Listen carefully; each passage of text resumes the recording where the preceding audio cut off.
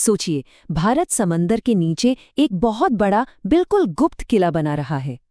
आइए जरा गहराई से जानते हैं कि क्यों ये प्रोजेक्ट भारत की राष्ट्रीय सुरक्षा के लिए एक असली गेम चेंजर साबित हो सकता है।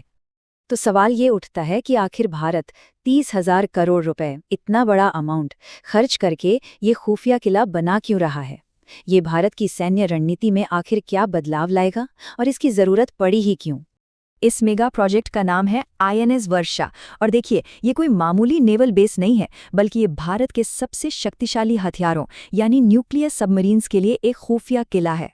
ये बनाया जा रहा है आंध्र प्रदेश के रामबिल्ली के पास, और इसका मकसद है भारत की न्यूक्लियर सबमरीन्स को एक ऐसा सीक्रेट ठिकाना देना, एक ऐसा घर जहां से वो बिल्कुल चुपचाप गहरे समंदर में गश्त पर निकल सकें, किसी भी सैटेलाइट या जासूसी की नज़र में आए बिना।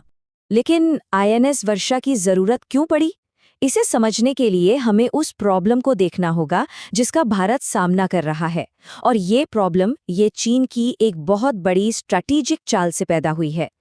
कई सालों तक चीन एक बड़ी दुविधा से जूझ रहा था, जिसे कहते हैं मलक्का डिलेमा।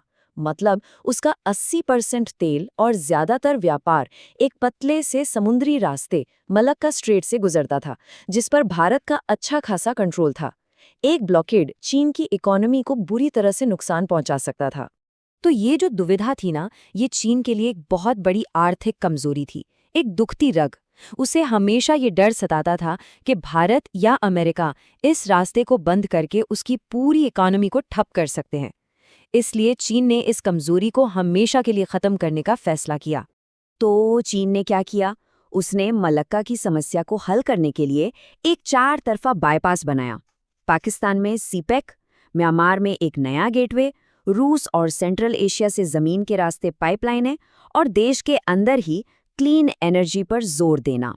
चीन ने सिर्फ समंदर में ही अपनी कमजोरी दूर नहीं की, इसके साथ साथ उसने हिमालय की सीमा पर भी भारत के लिए एक बहुत बड़ी चुनौती खड़ी कर दी है।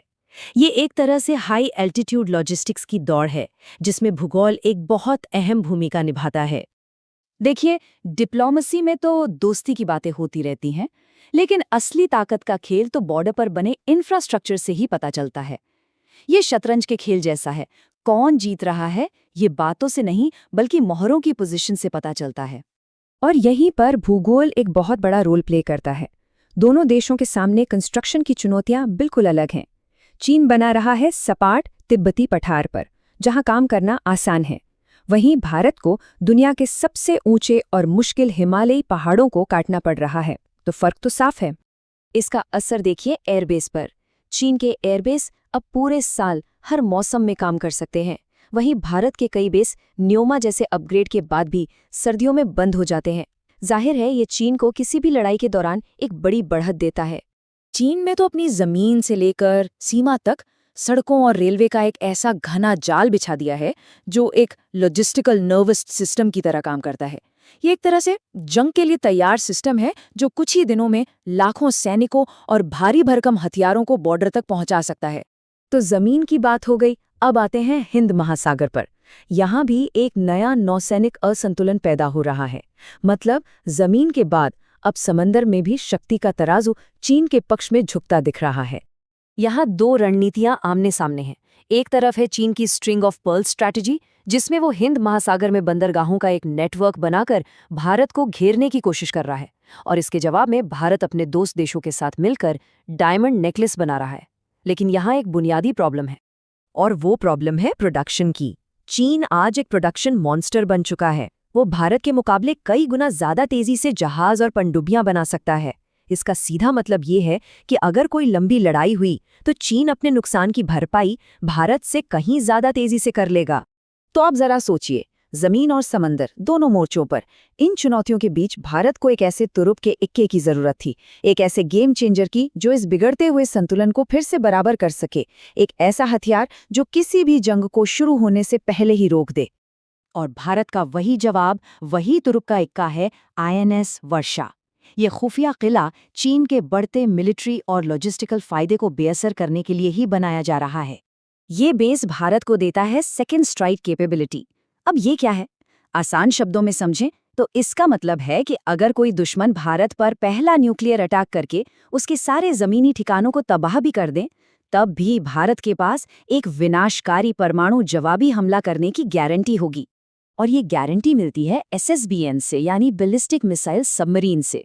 ये न्यूक्लियर पावर से चलती हैं और महीनों तक गहरे समंदर में छिपी रह सकती हैं। असल में ये समंदर के अंदर घूमते हुए अदृश्य न्यूक्लियर लॉन्च पैड हैं, जिन्हें ढूंढना लगभग नामुमकिन है।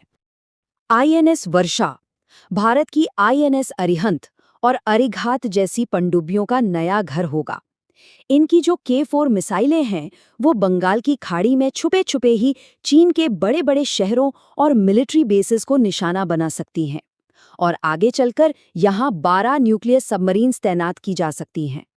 देखिए, SSBN टेक्नोलॉजी इतनी एडवांस्ड और इतनी मुश्किल है कि ये दुनिया के सिर्फ 6 देशों के पास है।